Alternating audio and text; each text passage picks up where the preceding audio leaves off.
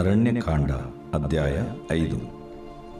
ಯೆಹೋವನು ಮೋಶೆಗೆ ಹೇಳಿದ್ದೇನೆಂದರೆ, ಎಲ್ಲ ಕುಷ್ಠರೋಗಿಗಳನ್ನೂ, ಮೇಹಸ್ರಾವವುಳ್ಳವರನ್ನೂ, ಹೆಣದ ಸೋಂಕಿನಿಂದ ಅಶುದ್ಧರಾದವರನ್ನು ಪಾಳೆಯದಿಂದ ಹೊರಡಿಸಬೇಕೆಂದು ಇಸ್ರಾಯೇಲ್ಯರಿಗೆ ಆಜ್ಞಾಪಿಸು. ಅಂಥವರು ಗಂಡಸರೇ ಆಗಲಿ ಹೆಂಗಸರೇ ಆಗಲಿ ಅವರೆಲ್ಲರನ್ನೂ ಪಾಳೆಯದಿಂದ ಹೊರಡಿಸಬೇಕು. ನಾನೇ ಅವರ ಪಾಳೆಯದಲ್ಲಿ ವಾಸವಾಗಿರುವುದರಿಂದ ಅವರು ಅದನ್ನು ಅಪವಿತ್ರ ಮಾಡಬಾರದು. ಯೆಹೋವನು ಮೋಶೆಗೆ ಆಜ್ಞಾಪಿಸಿದಂತೆಯೇ ಇಸ್ರಾಯೇಲ್ಯರು ಮಾಡಿದರು. ಅಂಥವರೆಲ್ಲರನ್ನೂ ಪಾಳೆಯದಿಂದ ಹೊರಡಿಸಿದರು. ಯೆಹೋವನು ಮೋಶೆಗೆ ಹೇಳಿದ್ದೇನೆಂದರೆ, ನೀನು ಇಸ್ರಾಯೇಲ್ಯರಿಗೆ ಹೀಗೆ ಆಜ್ಞಾಪಿಸು, ಯಾವ ಪುರುಷನಾಗಲಿ ಸ್ತ್ರೀಯಾಗಲಿ ಮತ್ತೊಬ್ಬನನ್ನು ಮೋಸಗೊಳಿಸುವುದರಿಂದ ಯೆಹೋವನಿಗೆ ದ್ರೋಹ ಮಾಡಿ ಅಪರಾಧಿಗಳಾದರೆ ಅಂಥವರು ತಮ್ಮ ಅಪರಾಧವನ್ನು ಅರಿಕೆ ಮಾಡಬೇಕು. ಅದಲ್ಲದೆ ಅಪರಾಧ ಮಾಡಿದವನು ನಷ್ಟಪಟ್ಟವನಿಗೆ ಮೂಲ ದ್ರವ್ಯದ ಬೆಲೆಯೊಡನೆ 5ನೇ ಭಾಗವನ್ನು ಹೆಚ್ಚಾಗಿ ಕೊಡಬೇಕು. ದಂಡವನ್ನು ತೆಗೆದುಕೊಳ್ಳತಕ್ಕವನು ತೀರಿ ಹೋಗಿ ಬಾಧ್ಯನೂ ಇಲ್ಲದ ಪಕ್ಷಕ್ಕೆ ಆ ದ್ರವ್ಯವು ಯೆಹೋವನಿಗೆ ಸೇರಬೇಕು. ಅದು ಮತ್ತು ದೋಷ ಪರಿಹಾರಕ್ಕಾಗಿ ಸಮರ್ಪಿಸಲ್ಪಡುವ ಪ್ರಾಯಶ್ಚಿತ್ತ ಯಜ್ಞದ ಟಗರು ಈ ಎರಡೂ ಯಾಜಕನಿಗೆ ಆಗಬೇಕು. ಇಸ್ರಾಯೇಲ್ಯರು ಪ್ರತ್ಯೇಕಿಸಿ ಯಾಜಕನಿಗೆ ಒಪ್ಪಿಸುವ ದೇವರ ವಸ್ತುಗಳೆಲ್ಲ ಯಾಜಕನವುಗಳಾಗಿಯೇ ಇರಬೇಕು. ಒಬ್ಬನು ಯೆಹೋವನಿಗೆ ಮೀಸಲಾಗಿಟ್ಟದ್ದನ್ನು ಯಾವ ಯಾಜಕನಿಗೆ ತಂದು ಒಪ್ಪಿಸುತ್ತಾನೋ ಅದು ಅವನದಾಗಿಯೇ ಇರಬೇಕು. ಯೆಹೋವನು ಮೋಶೆಗೆ ಹೇಳಿದ್ದೇನೆಂದರೆ, ನೀನು ಇಸ್ರಾಯೇಲ್ಯರಿಗೆ ಹೀಗೆ ಆಜ್ಞಾಪಿಸು, ಮುತ್ತೈದೆಯು ಸನ್ಮಾರ್ಗವನ್ನು ಬಿಟ್ಟು ದುಷ್ಕಾರ್ಯ ಮಾಡುವಾಗ ಕೈಗೆ ಸಿಕ್ಕದೆಯೂ ಸಾಕ್ಷಿ ಇಲ್ಲದೆಯೂ ರಹಸ್ಯವಾಗಿಯೇ ಪರಪುರುಷನೊಡನೆ ಸಂಗಮಿಸಿ ಗಂಡನಿಗೆ ದ್ರೋಹಿಯಾಗಿ ಅಶುದ್ಧಳಾದ ಸಂದರ್ಭದಲ್ಲೂ, ಅವಳು ಹೀಗೆ ಮಾಡದೆ ಕೆಟ್ಟು ಹೋಗದ ಸಂದರ್ಭದಲ್ಲೂ, ಕೆಟ್ಟು ಹೋದಳೆಂಬ ಸಂಶಯವು ಗಂಡನಲ್ಲಿ ಹೊಕ್ಕರೆ ಮಾಡಬೇಕಾದದ್ದೇನೆಂದರೆ, ಆ ಪುರುಷನು ತನ್ನ ಹೆಂಡತಿಯನ್ನು ಯಾಜಕನ ಬಳಿಗೆ ಕರಕೊಂಡು ಬರಬೇಕು ಮತ್ತು ಅವಳ ಸಂಗತಿಯನ್ನು ವಿಚಾರಿಸುವುದಕ್ಕಾಗಿ ಅವನು ಯಾಜಕನಿಗೆ 3 ಸೇರು ಜವೆಗೋದಿಯ ಹಿಟ್ಟನ್ನು ಕಾಣಿಕೆಯಾಗಿ ತಂದುಕೊಡಬೇಕು. ಅದು ವ್ಯಭಿಚಾರ ಸಂಶಯವನ್ನು ಸೂಚಿಸುವುದಕ್ಕೂ ಪಾಪವನ್ನು ಹೊರಪಡಿಸುವುದಕ್ಕೂ ಯೆಹೋವನಿಗೆ ನೈವೇದ್ಯವಾದ ಕಾಣಿಕೆಯಾದದರಿಂದ ಆ ಹಿಟ್ಟಿನ ಮೇಲೆ ಎಣ್ಣೆಯನ್ನು ಹೊಯ್ಯಲೂ ಬಾರದು, ಧೂಪವನ್ನು ಇಡಲೂ ಬಾರದು. ಯಾಜಕನು ಅವಳನ್ನು ಕರೆದು ಯೆಹೋವನ ಎದುರಿನಲ್ಲಿ ನಿಲ್ಲಿಸಬೇಕು. ಅವನು ಮಣ್ಣಿನ ಪಾತ್ರೆಯಲ್ಲಿ ಪರಿಶುದ್ಧ ಜಲವನ್ನು ತೆಗೆದುಕೊಂಡು ದೇವದರ್ಶನದ ಗುಡಾರದ ನೆಲದಿಂದ ಸ್ವಲ್ಪ ಧೂಳನ್ನು ಆ ನೀರಿನಲ್ಲಿ ಹಾಕಬೇಕು. ಅವನು ಆ ಸ್ತ್ರೀಯನ್ನು ಯೆಹೋವನ ಮುಂದೆ ನಿಲ್ಲಿಸಿ ಅವಳ ತಲೆಯ ಕೂದಲನ್ನು ಕೆದರಿಸಿ ಹಾದರದ ಸಂಶಯವನ್ನು ಸೂಚಿಸುವ ಆ ನೈವೇದ್ಯದ ಹಿಟ್ಟನ್ನು ಅವಳ ಕೈಯಲ್ಲಿ ಇಟ್ಟು ಶಾಪವನ್ನುಂಟು ಮಾಡುವ ವಿಷಕರವಾದ ಆ ನೀರನ್ನು ತನ್ನ ಕೈಯಲ್ಲಿ ಹಿಡಿದುಕೊಳ್ಳಬೇಕು. ಯಾಜಕನು ಅವಳಿಂದ ಶಪಥಪೂರ್ವಕವಾದ ಪ್ರಮಾಣವಾಕ್ಯವನ್ನು ನುಡಿಸುವವನಾಗಿ ಹೀಗನ್ನಬೇಕು, ನೀನು ಪರಪುರುಷನ ಸಂಗ ಮಾಡದೆ ಗಂಡನ ಅಧೀನದಲ್ಲಿದ್ದು ಪಾತಿವ್ರತ್ಯವನ್ನು ಬಿಡದೆ ದುಷ್ಕಾರ್ಯವನ್ನು ಮಾಡದೆ ಇರುವವಳಾದರೆ ಶಾಪವನ್ನುಂಟು ಮಾಡುವ ವಿಷಕರವಾದ ನೀರಿನಿಂದ ನಿನಗೆ ಹಾನಿಯಾಗಬಾರದು. ಆದರೆ ನೀನು ಗಂಡನುಳ್ಳವಳಾಗಿ ಪರಪುರುಷನ ಬಳಿಗೆ ಹೋಗಿ ಕೆಟ್ಟಿದ್ದರೆ, ನಿನ್ನ ಗಂಡನಲ್ಲದ ಬೇರೊಬ್ಬನು ನಿನ್ನನ್ನು ಸಂಗಮಿಸಿದ್ದರೆ, ಯೆಹೋವನು ನಿನ್ನ ತೊಡೆಗಳು ಕ್ಷೀಣವಾಗಿ ಹೋಗುವಂತೆಯೂ ಹೊಟ್ಟೆ ಉಬ್ಬುವಂತೆಯೂ ಮಾಡಿ ನಿನ್ನನ್ನು ನಿನ್ನ ಜನರ ಮಧ್ಯದಲ್ಲಿ ಶಾಪಗ್ರಸ್ತಳನ್ನಾಗಿ ನೇಮಿಸಲಿ. ಶಾಪವನ್ನುಂಟು ಮಾಡುವ ಈ ನೀರು ನಿನ್ನೊಳಗೆ ಸೇರಿ ನಿನ್ನ ಹೊಟ್ಟೆ ಉಬ್ಬುವಂತೆಯೂ ತೊಡೆಗಳು ಕ್ಷೀಣವಾಗಿ ಹೋಗುವಂತೆಯೂ ಮಾಡುವುದು ಎಂದು ಹೇಳಬೇಕು. ಅದಕ್ಕೆ ಆ ಸ್ತ್ರೀಯು ಆಮೆನ್, ಹಾಗೇ ಆಗಲಿ ಎಂದು ಹೇಳಬೇಕು. ಆಗ ಯಾಜಕನು ಆ ಶಾಪ ವಚನಗಳನ್ನು ಪತ್ರದಲ್ಲಿ ಬರೆದು ಆ ವಿಷಕರ ಜಲದಲ್ಲಿ ಸೇರುವಂತೆ ಒರೆಸಿ ಶಾಪವನ್ನುಂಟು ಮಾಡುವ ಆ ನೀರನ್ನು ಆ ಸ್ತ್ರೀಗೆ ಕುಡಿಸಬೇಕು.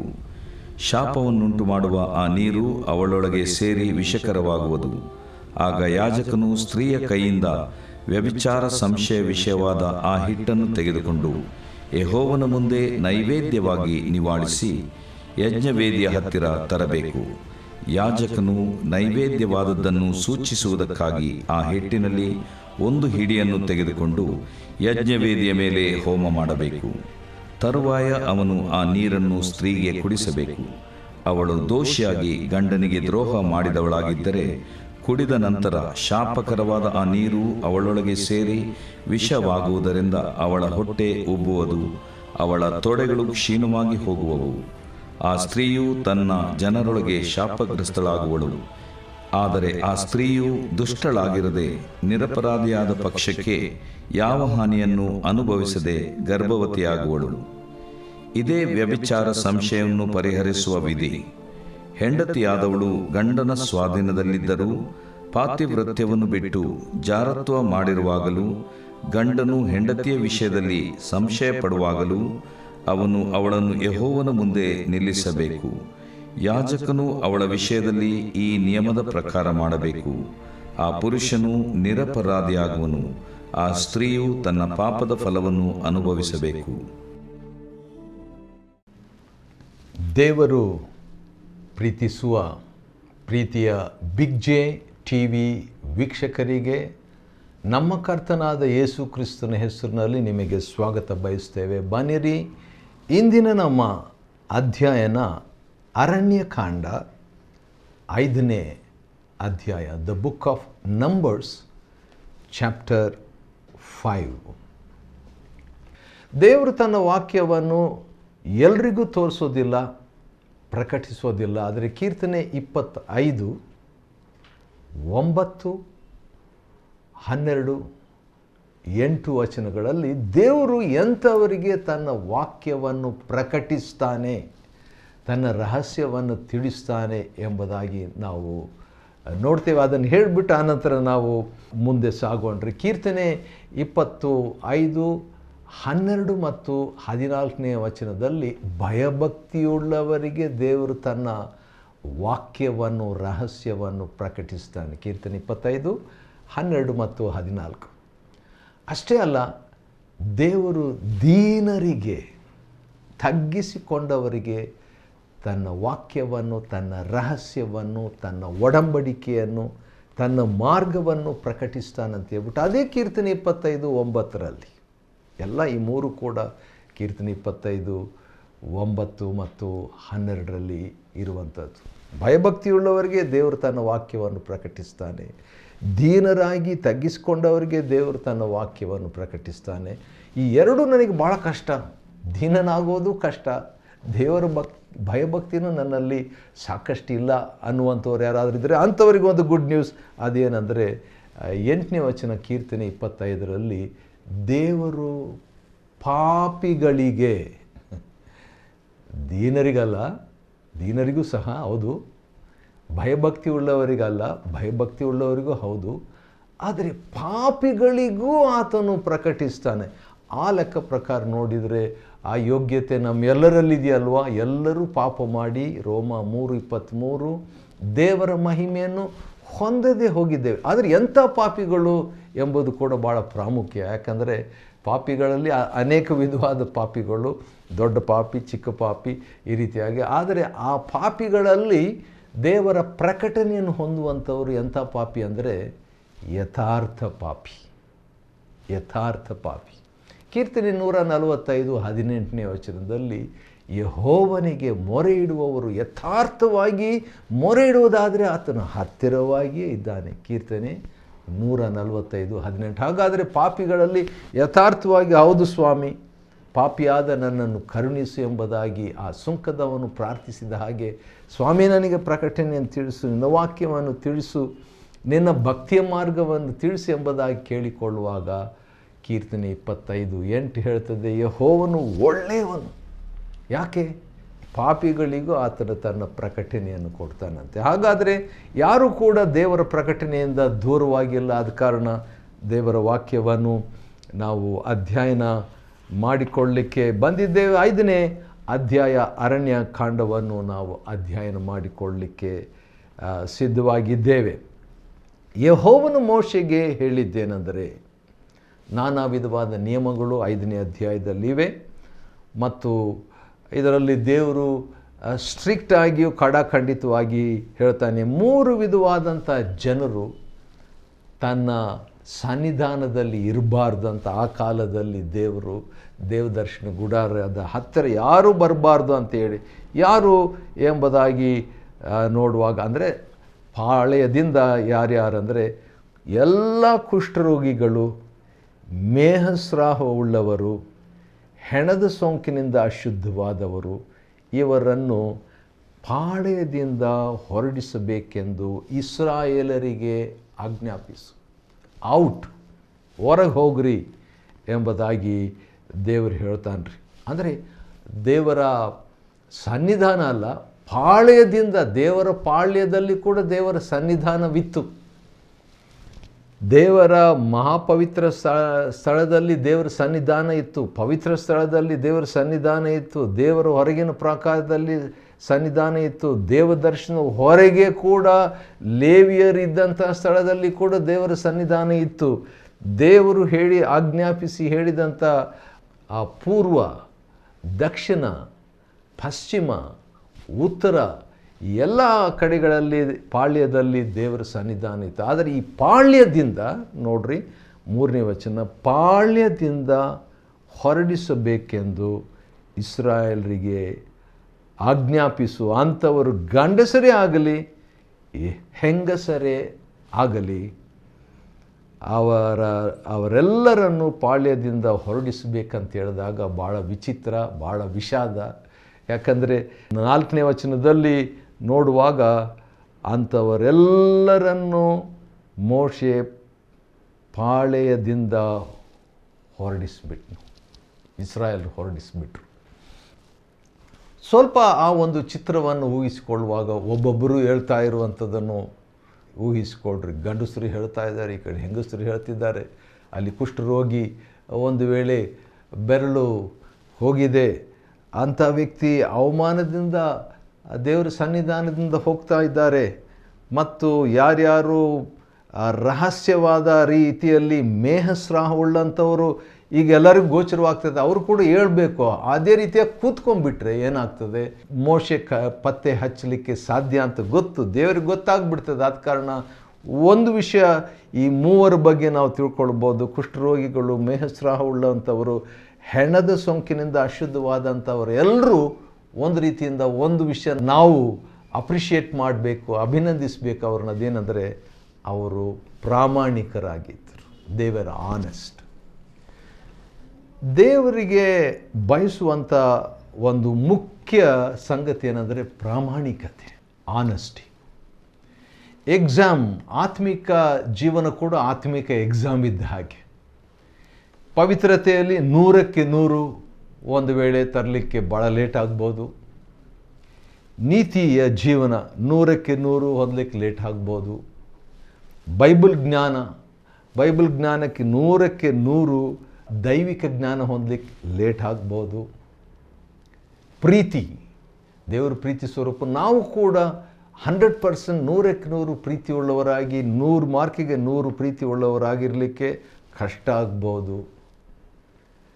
ಆದರೆ ಒಂದು ವಿಷಯದಲ್ಲಿ ಮಾತ್ರ 100ಕ್ಕೆ 100 ಬೇಗನೆ ನಾವು ಪಡ್ಕೊಳ್ಳಿಕ್ಕೆ ಸಾಧ್ಯ. ಅದು ಯಾವುದಂದರೆ ಪ್ರಾಮಾಣಿಕತೆಯಲ್ಲಿ, ಯಥಾರ್ಥವಾಗಿರುವುದರಲ್ಲಿ ಇದ್ದಕ್ಕಿದ್ದಂತೆ ಒಂದೇ ದಿನ 100 ತಗೊಳ್ಬೋದು ನಾವು. ಯೇಸು ಕ್ರಿಸ್ತನನ್ನು ಒಬ್ಬ ವ್ಯಕ್ತಿ ಭೇಟಿಯಾಗಿದ್ದ, ಅವನ ಹೆಸರು ನಾಥಾನಿಯೇಲನು ಅಂತ. ಅವನು ನೋಡಿದ ತಕ್ಷಣ ಕರ್ತನಾದ ಯೇಸು ಕ್ರಿಸ್ತನು ಹೇಳಿದ್ದು, ಇಗೋ ಈ ಇಸ್ರಾಯೇಲನು, ಇವನಲ್ಲಿ ಕಪಟ ಇಲ್ಲ, ಪ್ರಾಮಾಣಿಕ. ಯೇಸು ಕ್ರಿಸ್ತನನ್ನು ಭೇಟಿಯಾದ ಮೊದಲನೇ ದಿನ ಆತನಿಗೆ 100 ಮಾರ್ಕ್ಸ್ ಸಿಕ್ಬಿಡ್ತು. ದೇವರು ಆದಿಕಾಂಡದಿಂದ ಪ್ರಕಟಣೆವರೆಗೆ ಪ್ರಾಮಾಣಿಕರನ್ನು ಹುಡುಕ್ತಾ ಇದ್ದಾನೆ. ಆದಾಮನೇ, ನೀನು ಎಲ್ಲಿದ್ದಿ? ಆದಾಮನಿಗೆ ದೇವರು ಕೇಳಿದ ಪ್ರಶ್ನೆ. ಯಾಕೆ ದೇವರಿಗೆ ಆದಾಮನ ಅಡ್ರೆಸ್ ಗೊತ್ತಿರಲಿಲ್ವಾ? ಏದೇನು ತೋಟ ಭಾಳ ದೊಡ್ಡದಾಗಿತ್ತ, ಜನಸಂಖ್ಯೆನೇ ಇರಲಿಲ್ಲ. ಆದಾಮನ ಒಬ್ಬನೇ ಪುರುಷನಾಗಿದ್ದನು. ಎಲ್ಲಿದ್ದೆ ಅಂತ ಯಾಕೆ ಕೇಳ್ದ ದೇವರು? ಯಾಕಂದರೆ ಪ್ರಾಮಾಣಿಕತೆಯನ್ನು ದೇವರು ಮೊದಲನೇ ಮನುಷ್ಯನಿಂದ ಅಪೇಕ್ಷೆ ಪಟ್ಟು. ತಿನ್ನಬಾರದಂತ ಹೇಳಿದಂಥ ಹಣ್ಣನ್ನು ತಿಂದೆಯಾ? ತಿಂದನು ಅಂತ ದೇವರಿಗೆ ಗೊತ್ತಿದೆ, ಆದಾಮನಿಗೆ ಗೊತ್ತಿತ್ತು. ಯಾಕೆ ಆ ಪ್ರಶ್ನೆ? ಯಾಕಂದರೆ ಹೌದು ನಾನು ತಿಂದೆ, ನನ್ನನ್ನು ಕ್ಷಮಿಸು ಅಂದಿದ್ರೆ ಕತೆ ಬೇರೆ ಆಗ್ತಿತ್ತು.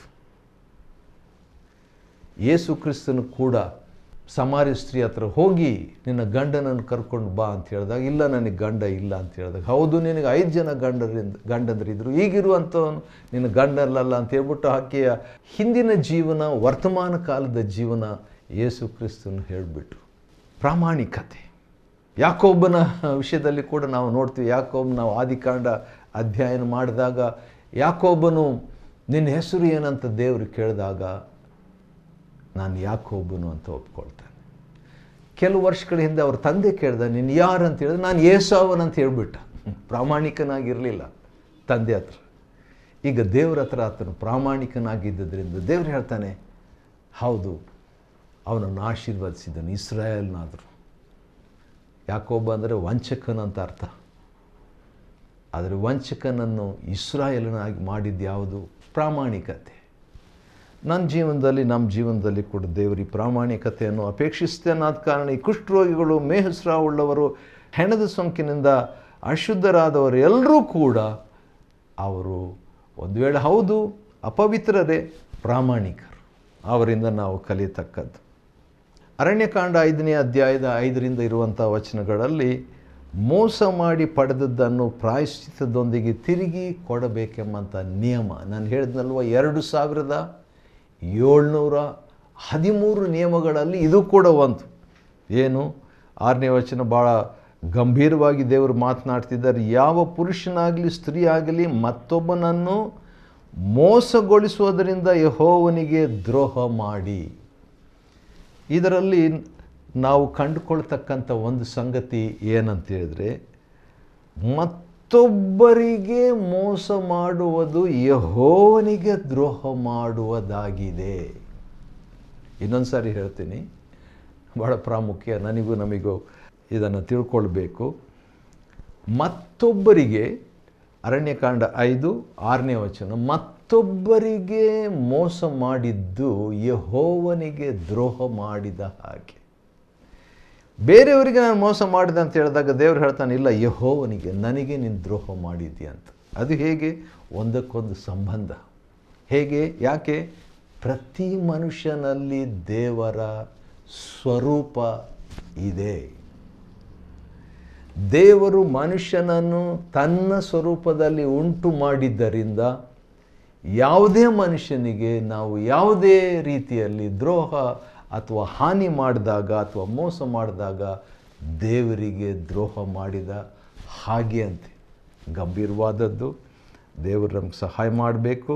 ಅಂಥವರು ತಮ್ಮ ಅಪರಾಧವನ್ನು ಅರಿಕೆ ಮಾಡಬೇಕು. ಅದಲ್ಲದೆ ಅಪರಾಧ ಮಾಡಿದವನು ನಷ್ಟಪಟ್ಟವನಿಗೆ 5ನೇ ಭಾಗವನ್ನು ಹೆಚ್ಚಾಗಿ ಕೊಡಬೇಕು. 20% ಹೆಚ್ಚಾಗಿ ಕೊಡಬೇಕು ಅಂತ ಹೇಳ್ಬಿಟ್ಟು, ಸರಿ, ಆ ರೀತಿಯಾಗಿ ಕೊಡಬೇಕಾದ್ರೆ ಬಾಧ್ಯನೂ ಇಲ್ಲದ ಪಕ್ಷಕ್ಕೆ ಏನು ಮಾಡಬೇಕು? ನಾನು ಯಾರಿಗೋ ಮೋಸ ಮಾಡಿಬಿಟ್ಟೆ, ಮೋಸ ಮಾಡಿದಂಥ ವ್ಯಕ್ತಿ ನನಗೆ ಸಿಕ್ಕಿಲ್ಲ. ಕೆಲವು ವರ್ಷಗಳಲ್ಲಿ ನಿಜವಾಗಿ ನಡೆದಂಥ ಒಂದು ಘಟನೆ ಇದೇನಂತ ಹೇಳಿದರೆ, ಭಾಳ ಚಿಕ್ಕವನಿದ್ದಾಗ ಏನೋ ಒಂದು ವಸ್ತುವನ್ನು ಕದ್ದುಕೊಂಡಾಗ ನಾನು, ನನ್ನ ತಾಯಿ, ಈಗ ಸುಮಾರು 30, 40, 50 ವರ್ಷಗಳಾದಮೇಲೆ ಅವ್ರು ಎಲ್ಲಿದ್ದಾರೆ ಅಂತ ಗೊತ್ತಿಲ್ಲ. ಏನು ಮಾಡಬೇಕು? ಅದಕ್ಕೂ ದೇವರು ಉತ್ತರ ಕೊಟ್ಟಿದ್ದಾರೆ. ಏನು? 8ನೇ ವಚನ, ಅರಣ್ಯಕಾಂಡ 5ನೇ ಅಧ್ಯಾಯದ 8ನೇ ವಚನದಲ್ಲಿ, ತೆಗೆದುಕೊಳ್ಳತಕ್ಕವನು ಬಾಧ್ಯನು ಇಲ್ಲದ ಪಕ್ಷಕ್ಕೆ ಆ ದ್ರವ್ಯವು ಯೆಹೋವನಿಗೆ ಸೇರಬೇಕು. ನಾನು ಯಾರಿಂದನೂ ಹಾನಿ ಮಾಡಿದಂಥ ವ್ಯಕ್ತಿ ನನಗೆ ಸಿಗ್ತಾ ಇಲ್ಲ, ಅವ್ರ ಅಡ್ರೆಸ್ ಗೊತ್ತಿಲ್ಲ, ಅವ್ರು ಎಲ್ಲಿದ್ದಾರೆ ಗೊತ್ತಿಲ್ಲ ಅಂತ ಹೇಳಿದ್ರೆ ದೇವರು ಹೇಳ್ತಾರೆ, ನನಗೆ ಕೊಟ್ಬಿಡಬೇಕು. ಯಾಕಂದರೆ ಒರಿಜಿನಲ್ ಓನರ್ ದೇವರು.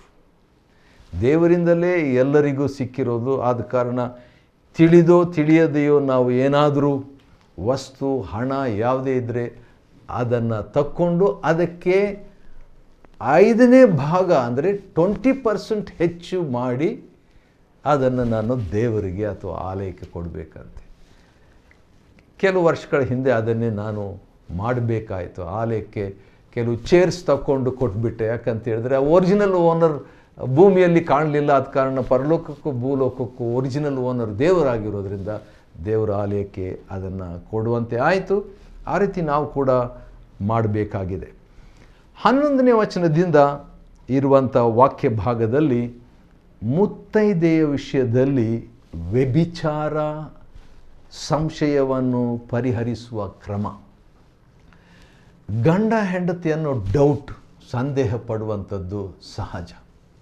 ಆದರೆ ಅದೇ ಸಂದರ್ಭದಲ್ಲಿ ಹೆಂಡತಿ ಕೂಡ ಗಂಡನನ್ನು ಸಂಶಯ ಪಡುವಂಥದ್ದು ಕೂಡ ಈ ದಿವಸಗಳಲ್ಲಿ ಇರುವಂಥ ವಿಷಯ. ಆದ ಕಾರಣ ಅಂಥ ವಿಷಯಗಳಲ್ಲಿ ಏನು ಮಾಡಬೇಕು ಎಂಬುದಾಗಿ ಇಸ್ರಾಯೇಲರಿಗೆ ದೇವರು ಕೆಲವು ನಿಯಮಗಳನ್ನು ಕೊಟ್ಟಂಥದ್ದು 11ನೇ ವಚನದಿಂದ 31ನೇ ವಚನದವರೆಗಿರುವಂಥ ವಾಕ್ಯ ಭಾಗಗಳಲ್ಲಿ ನೋಡಿಕೊಳ್ಳಬಹುದು. ಇಲ್ಲಿ ಒಂದು ವಿಷಯ 19ನೇ ವಚನದಲ್ಲಿ ಪಾತಿವೃತ್ಯವನ್ನು ಬಿಡದೆ ಎಂಬುದಾಗಿ. ಈ ಪಾತಿವೃತ್ಯ ಎಂಬಂಥ ಪದ 2ನೇ ಕೊರಿಂಥ 11:3 ಬರ್ತದೆ. ಪೌಲನು ಸಭೆಗೂ ಕ್ರಿಸ್ತನಿಗೂ ಸಂಬಂಧಿಸಿ ಮಾತನಾಡುವಾಗ ಇಲ್ಲಿ ಗಂಡ ಹೆಂಡತಿ ಬಗ್ಗೆ ಇರುವಂಥದ್ದು, ಕ್ರಿಸ್ತನ ಮತ್ತು ಸಭೆಯ ವಿಷಯದಲ್ಲಿರುವಾಗ ಇದೇ ಪದ ಪಾತಿವೃತ್ಯವನ್ನು ಬಿಟ್ಟು. ಪೌಲನು 3 ಮಾತನ್ನು 2ನೇ ಕೊರಿಂಥ 11 ಹೇಳ್ತಾನೆ. ನಿಮ್ಮ ವಿಷಯದಲ್ಲಿ ಚಿಂತಿಸ್ತೇನೆ, ನಿಮ್ಮ ವಿಷಯದಲ್ಲಿ ಭಯಪಡ್ತೇನೆ, 3ನೇದು ನಿಮ್ಮ ವಿಷಯದಲ್ಲಿ ಆಶ್ಚರ್ಯ ಪಡ್ತೇನೆ. ಯಾಕೆ ಪೌಲನು ಕೊರಿಂಥರ ಬಗ್ಗೆ ಈ 3 ಉದ್ವೇಗ ಪ್ರಕಟಪಡಿಸಿದನು? ಚಿಂತಿಸ್ತೇನೆ, ಭಯಪಡ್ತೇನೆ, ಆಶ್ಚರ್ಯಪಡ್ತೇನೆ. ಯಾಕೆ ಅಂತ ಹೇಳಿದರೆ, ಹೇಗೆ ಹವ್ವಳು ಸರ್ಪದ ಮಾತನ್ನು ಕೇಳಿ ದೇವರಿಂದ ದೂರವಾದಳೋ ಅದೇ ರೀತಿಯಾಗಿ ಸಭೆ ಎಂಬುದು ಕ್ರಿಸ್ತನಿಂದ ದೂರ ಹೋಗುವಂಥ ವಿಷಯದಲ್ಲಿ ಭಯಪಡ್ತೇನೆ, ಚಿಂತಿಸ್ತೇನೆ, ಆಶ್ಚರ್ಯಪಡ್ತೇನೆ ಎಂಬುದಾಗಿ ಪೌಲನು ಹೇಳ್ತಾನೆ ರೀ. 25ನೇ ವಚನ ಗಮನಿಸ್ತಕ್ಕಂಥ ಒಂದು ವಿಷಯ ಅದೇನಂತ ಹೇಳಿದ್ರೆ, ಆ ಹಿಟ್ಟನ್ನು ತೆಗೆದುಕೊಂಡು ಯೆಹೋವನ ಮುಂದೆ ನೈವೇದ್ಯಕ್ಕಾಗಿ ನಿವಾಳಿಸಿ. ಅರಣ್ಯಕಾಂಡ 5:25 ನಿವಾಳಿಸಿ. ಇತ್ತೀಚೆಗೆ ನನ್ನ ಸ್ನೇಹಿತರು ಒಬ್ಬರು ಯಹೂದಿಗಳ ಜೊತೆಯಲ್ಲಿ ಇದ್ದು 15 ವರ್ಷ ಇದ್ದು ಅವರು ನಿವಾಳಿಸುವಂಥ ವಿಧಾನವನ್ನು ನೋಡಿ ನನ್ನ ಹತ್ರ ಹೇಳ್ತಾ ಇದ್ರು. ನನಗೆ ಆಶ್ಚರ್ಯವಾಯಿತು, ಅವರಿಗೂ ಆಶ್ಚರ್ಯವಾಯಿತಂತೆ. ಸಾಮಾನ್ಯವಾಗಿ ನಾವು ನಿವಾಳಿಸೋದು ಹೀಗೆ ನಿವಾಳಿಸ್ತೇವೆ, ಆದರೆ ಯಹೂದಿಗಳ ಪ್ರಕಾರವಾಗಿ ಅವರು ಕಂಡಂಥ ಒಂದು ವಿಷಯ, ಅವರು ನಿವಾಳಿಸುವುದು ಹೀಗೆ ನಿವಾಳಿಸ್ತಾರೆ. ಅದರಲ್ಲಿ ಶಿಲುಬೆ ಬಂತು. ಆಗ ನನ್ನ ಸ್ನೇಹಿತರು ಅವರಿಗೆ ಕೇಳಿದ್ರಂತೆ, ಯಾಕೆ ನೀವು ಹೀಗೆ ಮೇಲಕ್ಕೆತ್ತಿ ಅನಂತರ ಹೀಗೆ ಮಾಡಿ ಅಡ್ಡ ಮಾಡಿ ನಿವಾಳಿಸ್ತಾ ಇದ್ದೀರಿ ದೇವರಿಗೆ ಅಂತ ಹೇಳಿದ್ರೆ, ನಮಗೆ ಗೊತ್ತಿಲ್ಲ, ಇದನ್ನು ನಾವು ಸಾಂಪ್ರದಾಯಿಕವಾಗಿ ಮಾಡ್ಕೊಂಡು ಬಂದಿದ್ದೇವೆ ಅಂತ. ಕೆಲವು ವಿಷಯಗಳು ಅವರು ಗೊತ್ತಿಲ್ಲದೆ ಮಾಡ್ತಿದ್ದಾರೆ. ಆದರೆ ಪ್ರತಿಯೊಂದರಲ್ಲಿ ಕೂಡ ಕ್ರಿಸ್ತನನ್ನು ಸೂಚಿಸುವ, ಕ್ರಿಸ್ತನನ್ನು ಅರ್ಥೈಸುವ, ಕ್ರಿಸ್ತನನ್ನು ಕೇಂದ್ರೀಕರಿಸುವಂಥ ವಿಷಯ ಹಳೆ ಒಡಂಬಡಿಕೆ ದೇವರ ವಾಕ್ಯದಲ್ಲಿದೆ, ಈ ಅರಣ್ಯಕಾಂಡದಲ್ಲಿ ಕೂಡ ಇರುವಂಥದ್ದಾಗಿದೆ. 5ನೇ ಅಧ್ಯಾಯವನ್ನು ನಾವು ಇದುವರೆಗೆ ಅಧ್ಯಯನ ಮಾಡಿಕೊಳ್ಳುವಂತೆ ದೇವರು ನಮಗೆ ಕೃಪೆ ಕೊಟ್ಟಿದ್ದಕ್ಕಾಗಿ ಆತನಿಗೆ ಸ್ತೋತ್ರವಾಗಲಿ. ದೇವರು ನಿಮ್ಮನ್ನು ಆಶೀರ್ವದಿಸಲಿ.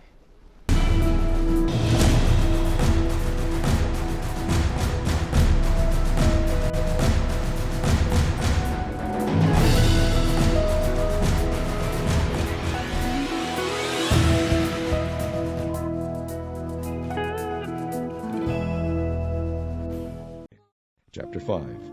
And the Lord spake unto Moses, saying, Command the children of Israel that they put out of the camp every leper, and every one that hath an issue, and whosoever is defiled by the dead, both male and female shall ye put out. Without the camp shall ye put them, that they defile not their camps, in the midst whereof I dwell.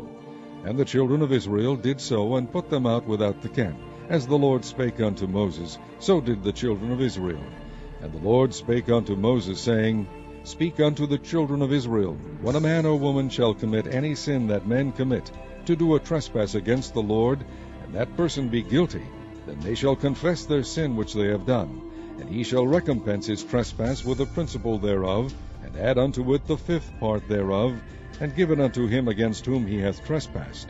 But if the man have no kinsman to recompense the trespass unto, let the trespass be recompensed unto the Lord, even to the priest, beside the ram of the atonement, whereby an atonement shall be made for him. And every offering of all the holy things of the children of Israel which they bring unto the priest shall be his. And every man's hallowed things shall be his. Whatsoever any man giveth the priest, it shall be his. And the Lord spake unto Moses, saying, Speak unto the children of Israel, and say unto them, If any man's wife go aside and commit a trespass against him, and a man lie with her carnally, and it be hid from the eyes of her husband, and be kept close, and she be defiled, and there be no witness against her, neither be taken with the manner, and the spirit of jealousy come upon him, and he be jealous of his wife, and she be defiled. Or if the spirit of jealousy come upon him, and he be jealous of his wife, and she be not defiled, then shall the man bring his wife unto the priest, and he shall bring her offering for her, the 10th part of an ephah of barley meal. He shall pour no oil upon it, nor put frankincense thereon, for it is an offering of jealousy, an offering of memorial, bringing iniquity to remembrance. And the priest shall bring her near, and set her before the Lord. And the priest shall take holy water in an earthen vessel, and of the dust that is in the floor of the tabernacle the priest shall take, and put it into the water. And the priest shall set the woman before the Lord, and uncover the woman's head, and put the offering of memorial in her hands, which is the jealousy offering. And the priest shall have in his hand the bitter water that causeth the curse.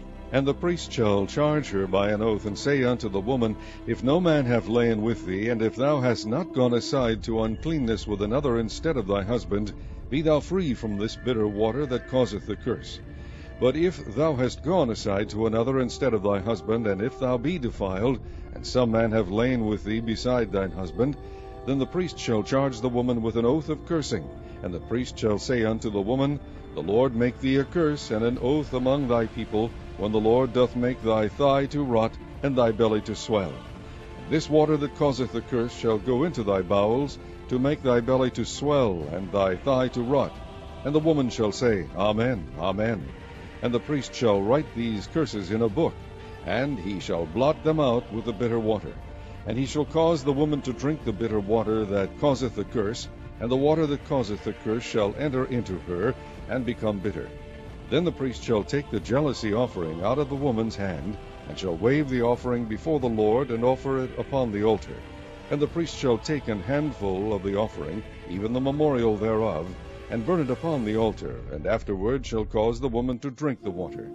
And when he hath made her to drink the water, then it shall come to pass, that if she be defiled, and have done trespass against her husband, that the water that causeth the curse shall enter into her, and become bitter, and her belly shall swell, and her thigh shall rot, and the woman shall be a curse among her people. And if the woman be not defiled, but be clean, then she shall be free, and shall conceive seed. This is the law of jealousies, when a wife goeth aside to another instead of her husband, and is defiled. And when the spirit of jealousy cometh upon him, and he be jealous over his wife, and shall set the woman before the Lord, and the priest shall execute upon her all this law. Then shall the man be guiltless from iniquity, and this woman shall bear her iniquity.